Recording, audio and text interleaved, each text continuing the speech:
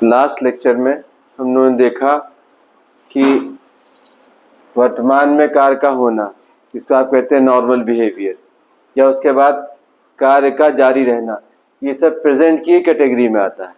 ठीक है। प्रेजेंट में तीसरी चीज़ एक आती है कि कार्य का पूरा होना, इसको कि अलग अलग ग्रामर्स की बुक में या अलग अलग टीचरों ने अलग अलग तरीके से समझाया है। यहाँ पर आपको बस ये ध्यान रखना है कि कार्य का पूरा होना वर्तमान में जो दर्शाएगा उसका स्ट्रक्चर ये होगा, चाहे उसको प्रेजेंट परफेक्ट टेंस कहें या उसकी पहचान अलग अलग बताई गई है। आमतौर पर किताबों में चुका है, चुकी है, इस तरह से चीज़ों को बताया है, लेकिन यहाँ पर हमने जो एम्फेसाइज किया है, जो जोर दिया है, वो वर्तमान में कार्य के पूरा होने पर है। ठीक है। जैसे ट्रेन आ गई है, वहाँ पर किताबों में लिखा रहेगा कि आ चुकी है, तो आप लोग जल्दी ढूंढने लगते हैं, कहा जाए सूरज निकल आया है, ठीक है ना, मौसम बदल गया है, पेड़ गिर गया है, तो भारत जीत गया है। तो ये सारी चीज़ों में चुका कहीं नहीं है, लेकिन ये इसी टेंस को बिलोंग करता है। यहाँ पर कंपैरेटिव स्टडी के लिए हमने तीनों स्ट्रक्चर आपके सामने जो है वो लिख दिए हैं, ताकि आपको समझने में दिक्कत ना हो। जैसा कि एक बात कहा गया है कि यहाँ पर अब हमको प्रैक्टिस की ज़रूरत है, ज़्यादा से ज़्यादा बोलने के लिए प्रैक्टिस ज़्यादा करनी पड़ेगी, क्योंकि यहाँ पर उस चीज़ का एक लिमिटेड स्कोप है, आपको एक डायरेक्शन दिया जा सकता है। अब ये कोई बहुत बड़ा दावा करना कि साहब ये 10 दिन में या 15 दिन में 20 दिन में, स्पीकिंग एक ऐसी चीज़ है जिसको कि आप करते जाएंगे, धीरे धीरे आपके अंदर वो चीज़ डेवलप होती जाएगी। ठीक है। अब यहाँ पर देखिए इस टेंस को, इसके और एग्जाम्पल हम आप यहाँ पर ले लेते हैं, क्योंकि ये सब प्रेजेंट है, इसी स्ट्रक्चर को फॉलो करेंगे। यहाँ पे देखा कहा जाए कि इंडिया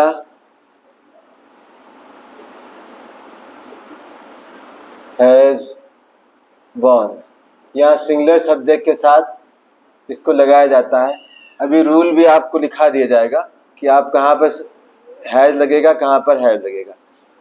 यहाँ पर एक बात ये बताने की है कि यह काम जो है वो पूरा हो गया है, वर्तमान में पूरा हो गया है। यहाँ पर देखिए आप, भारत जीत गया है। यहाँ पर एक बात और ध्यान देने की है कि यह वर्ब की थर्ड फॉर्म है। फॉर्म्स नॉर्मली उसके लिए भी गाइड किया जाएगा कि कहाँ पर क्या चीज़ ली जाए, कि ताकि आसानी से आप उसको समझ सके। ये जो बात यहाँ बताना ज़रूरी है, जैसे कि पिछले स्ट्रक्चर में आपने देखा, इस स्ट्रक्चर में पॉजिटिव सेंटेंस में SV1 के स्ट्रक्चर में, इसको यहाँ शॉर्ट में हम शो कर दें आपको, SV1 स्ट्रक्चर में पॉजिटिव सेंटेंस में कोई हेल्पिंग वर्ब नहीं आती, यानी जो सकारात्मक सेंटेंस है उसमें कोई हेल्पिंग वर्ब नहीं आएगी। लेकिन जैसे ही आप निगेटिव कहेंगे वैसे ही इसके अंदर एंट्री हो जाती है, प्रवेश कर जाती है सहायक क्रिया की। इसी तरह से दूसरे स्ट्रक्चर जो भी आपने देखे हैं past one time past action में, लेक्चर नंबर 8 में। अब यहाँ पर आप देखें कि ट्रेन कम्स, ट्रेन आती है, लेकिन जैसे ही आप निगेटिव बताएंगे the train does not come, singular subject की वजह से डज नॉट लग रहा है, और जब डज नॉट लगता है जैसे कि आपने पिछले स्ट्रक्चर में देखा तो एस या ES नहीं लगता, तो वो हेल्पिंग वर्ब है इंट्रोगेटिव में। लेकिन जैसा कि आपने देखा पिछले लेक्चर में कि बाकी सारे जो टेंसेज हैं, जो भी उनकी आइडेंटिटी बताई गई है, तो जैसे विल है, तो विल में आप देखें वो हेल्पिंग वर्ब उस टेंस में, उस सेंस में हमेशा मौजूद रहेगा, उसके निगेटिव में सिर्फ नॉट लग जाएगा। यहाँ पर ये जो हैज़ है, ये AV है, सहायक क्रिया है, और ये मेन वर्ब है। ठीक है। अभी आगे के लेसन्स में हैज़ और हैव यहाँ पर मेन वर्ब की तरह काम किया जाएगा, वो बहुत इम्पॉर्टेंट है।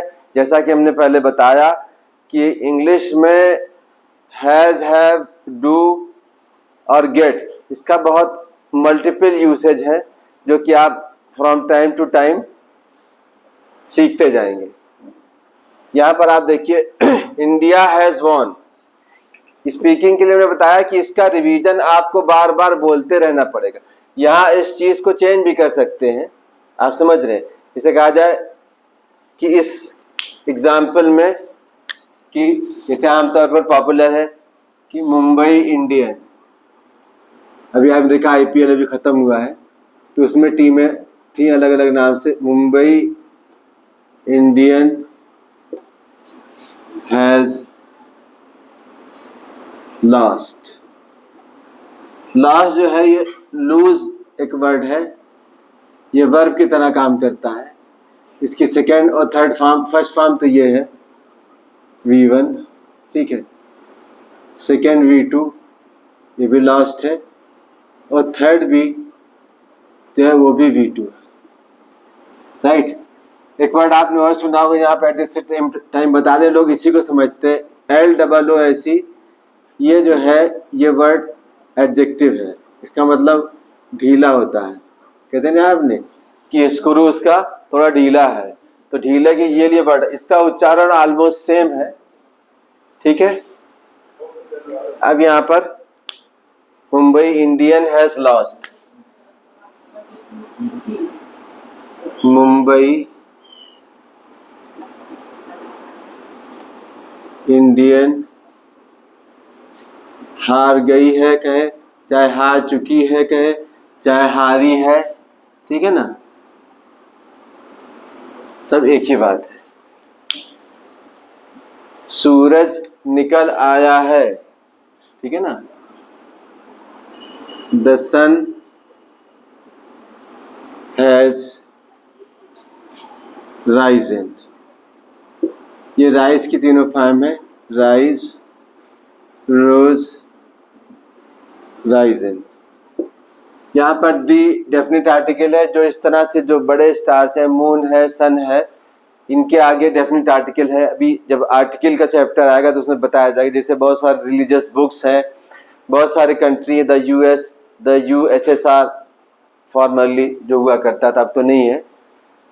और उसके अलावा जो होली बुक्स हैं, the Ramayan, the Gita, the Quran, इसमें पार्टिकुलर में डेफिनेट आर्टिकल हमेशा लगेगा। वैसे द लगाने पर एक पार्टिकुलर आमतौर पे एक रूल भी है कि कोई भी सिंगुलर नाउन वो बिना आर्टिकल के नहीं होगा।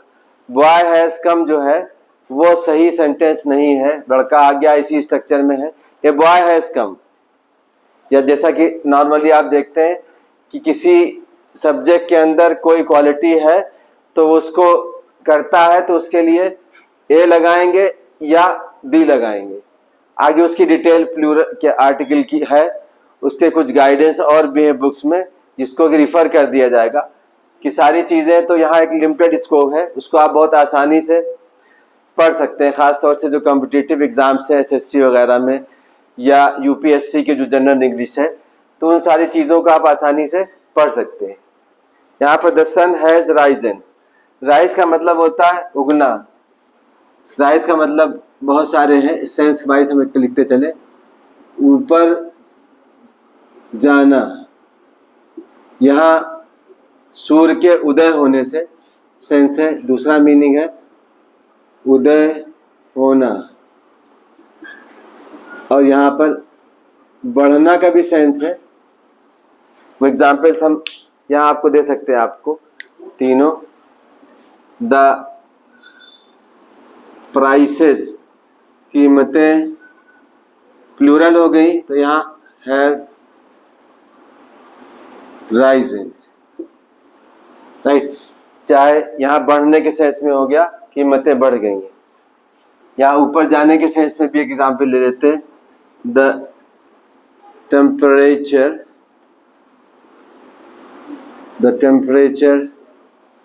टेम्परेचर अनकाउंटेबल नाउन है इसलिए सिंगुलर ही होगा, जैसा कि पिछले आपने लेक्चर नंबर 2 में देखा था difference between noun and verb में, वहाँ फिर आप उसको जा करके देख सकते हैं।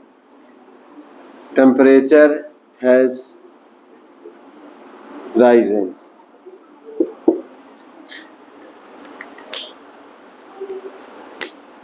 अब इस बात को यहाँ पर आप देखिए कि कीमतें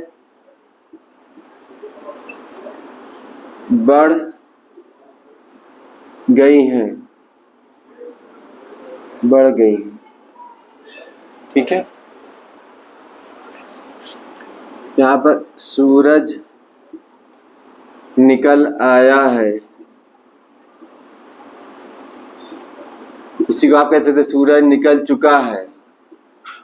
टेम्परेचर हैज राइजन, इसको दो तरह से एक्सप्लेन किया सकता है, तापमान बढ़ गया है, चाहे ये कहें, या जब हमने आपको बताया कि सेंटेंसेस आपके माइंड में जब उठते हैं, राइज करते हैं, तो आप क्रूड फॉर्म में आते हैं, उसको आप ट्रांसलेट करने के लिए अपने सेंस के हिसाब से चेंज कर सकते हैं। यहाँ देखिए इसके दो मीनिंग, इस बात से आपको पता लग जाएगा।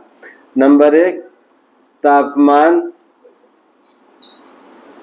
बढ़ गया है, चाहे आप ये कहें या क्या कहेंगे, गर्मी, टेम्परेचर ऊपर जाएगा तो क्या होगा, बढ़ेगी, बढ़ गई है, ठीक है। तो ये स्ट्रक्चर यही वाला है, इसको हमने यहाँ रिपीट किया, ये प्रेजेंट से ही बिलोंग करता है। प्रेजेंट में और भी बहुत सारी चीज़ें आएंगी, वो आपको बताया जाता रहेगा। अब यहाँ पर ज़रा रूल आपको बता दें, एक छोटा सा रूल है, उसको भी आपको याद रखना चाहिए, क्योंकि रूल में आसानी होगी। और उस जैसा कि हमने बताया, जितने सब्जेक्ट्स में नए नए आप लगा के चीज़ों को यूज़ करेंगे, उतना आपको स्पीकिंग में आसानी होती जाएगी। This is rule 1। क्या यूज होता है इस सेक्शन में,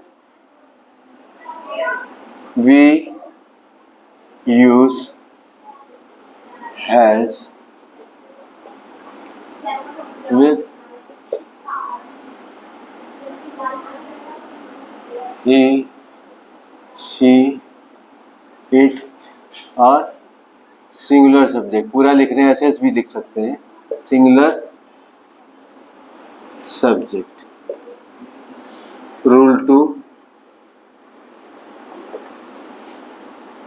वी यूज, देखिए ये छोटा सेंटेंस बन रहा है, यहाँ पर भी हम प्रयोग करते हैं। अगर आप इसी तरह से वी यूज माइंड या वी यूज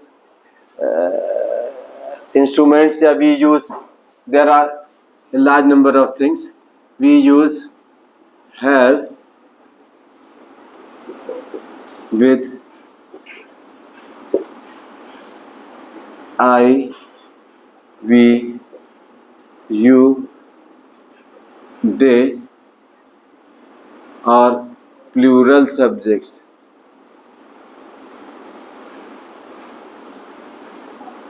प्लूरल सब्जेक्ट से मतलब for example boys, girls, students etcetera. तो ये रूल हो गया कि सिंगुलर सब्जेक्ट के साथ हैज यूज होगा और प्लूरल सब्जेक्ट के साथ हैव यूज होगा। इसका दो स्ट्रक्चर जो है SV1 और ये सब्जेक्ट प्लस हैज और हैव प्लस V3, ये स्पीकिंग में बहुत ज़्यादा प्रयोग होने वाले सेंटेंस हैं।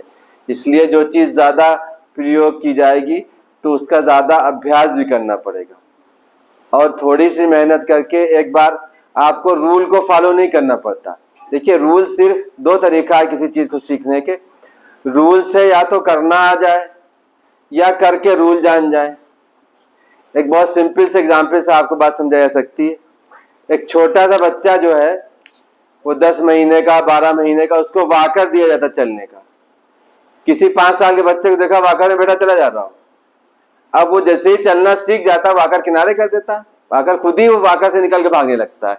तो ये रूल उस टाइम तक के लिए आपके हैं जब तक कि आप आदत न बन जाए। जब आप उसको बोलते बोलते प्रैक्टिस में आ जाएंगे तो जो है वो आप खुद ही फिर इस रूल की बात नहीं करेंगे। हम लोग देखा बहुत सारे जो लोग जिनका नेटिव लैंग्वेज है इंग्लिश, तो उनसे पूछते हैं वो कि भाई आप हैज़ क्यों लगा रहे हैं, क्या भाई ऑटोमेटिक लग रहा, हमें पता नहीं है। यही बात है, क्योंकि आप जब उस चीज़ की इतनी प्रैक्टिस में आ जाएंगे, जैसे ही हम कहेंगे आई फॉर हैव लग जाएगा, जैसे ही कहेंगे हैज लग जाएगा, शी कहेंगे हैज लग जाएगा, ए बॉय हैज कहेंगे, वहां हमको सोचना नहीं पड़ा कि ए बॉय हैज या हैव, नहीं, वो ऑटोमेटिक आपके मुंह से खुद ही निकलेगा। वो जो चीज आप एब्जॉर्व किए रहते हैं उसी को तो इमिट करते हैं, वही चीज तो आपके बाहर निकलती है। तो इसलिए आप स्पीकिंग के लिए प्रैक्टिस की बहुत ज़रूरत है। अभी एक दो चीज़ें और बुक्स जो है हम रिफ़र करेंगे, उसमें आप जो लोग ग्रामर कॉम्पिटिटिव एग्ज़ाम्स में भी इंटरेस्ट रखते हैं तो वो उनको पढ़ सकते हैं बहुत आसानी से, क्योंकि वो सारी चीज़ें उसके अंदर डिटेल से मौजूद है और काफ़ी कम्पैक्ट भी हैं। तो इसलिए आप से एक बात फिर यही रिक्वेस्ट है कि आप इसको खूब प्रैक्टिस करें, और साथ साथ भाई जब आप कर ही रहे हैं तो कुछ खाली इसको, जैसा कि देखने में आया कि बहुत सारे लोग इसको पढ़ भी रहे हैं, सीख भी रहे हैं, लेकिन अभी उस कंपैरिजन में सब्सक्रिप्शन बहुत कम है। तो आप थोड़ा लाइक और सब्सक्रिप्शन पर भी ध्यान देंगे, and the rest will be discuss in the next lecture. Okay, thank you.